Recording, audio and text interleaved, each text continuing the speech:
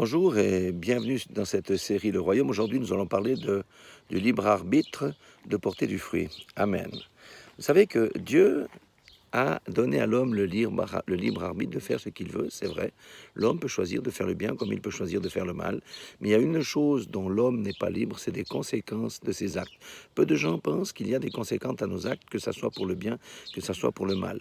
Regardons ce que dit la parole dans Deutéronome 30, 19. Il dit que c'est Moïse qui parlait au peuple d'Israël. Il disait qu'il a pris contre eux à témoin le ciel et la terre. Et Moïse a dit, j'ai mis devant toi, il s'adresse au peuple d'Israël, la vie et la mort, la bénédiction et la malédiction, et choisis la vie afin que tu vives, toi et ta postérité. Amen. Nous voyons très bien ici qu'il y a un choix à faire entre la vie et la mort, entre la bénédiction et la malédiction, et que ces choix-là vont impacter notre postérité. Donc si nous entrons dans le royaume, avant d'entrer dans le royaume, il faut choisir d'abord la vie. Amen. Et nous avons vu dans les petites vidéos précédentes que ce que nous devions faire avant d'entrer dans le royaume. Selon Matthieu 3,2, Jésus disait « Repentez-vous car le royaume des cieux est proche ». Et dans Luc 3,8, il disait « Produisez donc des fruits dignes de la repentance ». Amen. Donc pour entrer dans le royaume, nous passons par la repentance. Et la deuxième, c'est on produit des fruits dignes de la repentance. Parce que si quelqu'un ne produit pas des fruits dignes de la repentance, ça veut dire de son changement de vie, c'est qu'il n'est pas né de nouveau, donc il n'est pas véritablement dans le royaume de la lumière. Amen. Rappelez-vous aussi que beaucoup ne savent pas, mais certains le savent, que dans le royaume de Dieu, ce sont les violents qui s'en emparent. Mais ce sont les doux qui hériteront de la terre. Voyez, Matthieu 11, 12, Jésus a dit clairement, depuis le temps de Jean-Baptiste et jusqu'à présent, le royaume de Dieu est forcé et ce sont les violents qui s'en emparent. Qu'est-ce que ça veut dire? Les violents, ça veut dire qu'on arrache, on combat, on arrache les promesses de Dieu, on combat les ennemis. C'est par violence. Et la violence, c'est en esprit. Mais il dit aussi dans Matthieu 5,5, heureux les débonnaires, ça veut dire les doux de cœur, les hommes qui hériteront de la terre. Ça veut dire quoi? Ça veut dire le comportement du cœur. On est doux dans notre comportement, en manifestant l'amour pour le prochain, l'amour pour Dieu. Nous sommes doux dans le comportement, mais nous sommes violents en esprit. Ça veut dire que c'est le combat spirituel, c'est la vie de l'esprit, c'est dans l'esprit qu'on arrache les victoires, c'est dans l'esprit qu'on arrache la guérison, avec la foi et toutes ces choses-là. C'est pourquoi la violence en esprit symbolise un animal qui représentait Jésus, c'est le lion de la tribu de Juda, mais la douceur, les débonnaires, les humbles, typifient un autre animal qui caractérise Jésus, c'est l'agneau. Amen, c'est la douceur.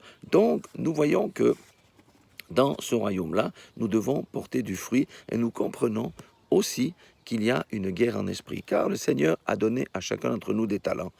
Et ces talents doivent se manifester pour la gloire de Dieu, pour le bénéfice des frères et des sœurs, et pour la croissance du royaume, parce qu'il y a un enjeu, c'est d'arracher les âmes au royaume des ténèbres.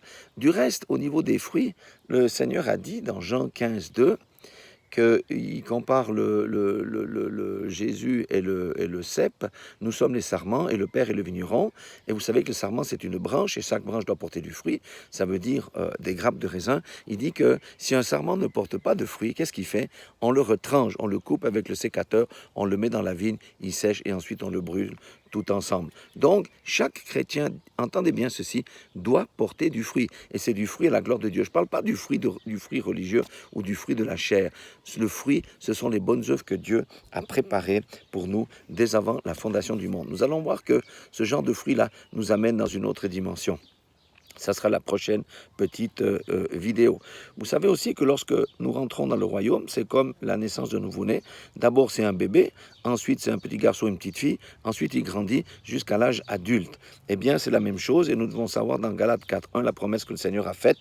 Il a dit, « Or, aussi longtemps que l'héritier est enfant, je dis qu'il ne diffère en rien d'un esclave, quoiqu'il soit le maître de tout. » L'héritier est celui qui est le maître de tout. Si nous parvenons à la maturité, nous sommes maîtres de tout. Mais avant d'arriver là, nous sommes encore, comme il est dit ici, un esclave, parce que c'est la chair qui domine peut-être encore sur nous, c'est peut-être la convoitise, mais il faut sortir du stade enfantin pour arriver au stade de la maturité et porter des fruits à la gloire de Dieu, des fruits pour le royaume, à la gloire de notre Seigneur au travers du Saint-Esprit. Voilà pour cette petite vidéo. Rappelez-vous que nous avons le libre arbitre de choisir le bien, de choisir le mal. Nous avons le libre arbitre, d'une fois qu'on connaît le Seigneur, de porter du fruit ou de ne pas porter du fruit. Mais la Bible nous dit clairement que le Seigneur attend que nous portions beaucoup de fruits. Maintenant, regardez la prochaine vidéo parce que ça va nous amener dans la dimension du surnaturel. Soyez tous bénis au nom de Jésus-Christ. Amen.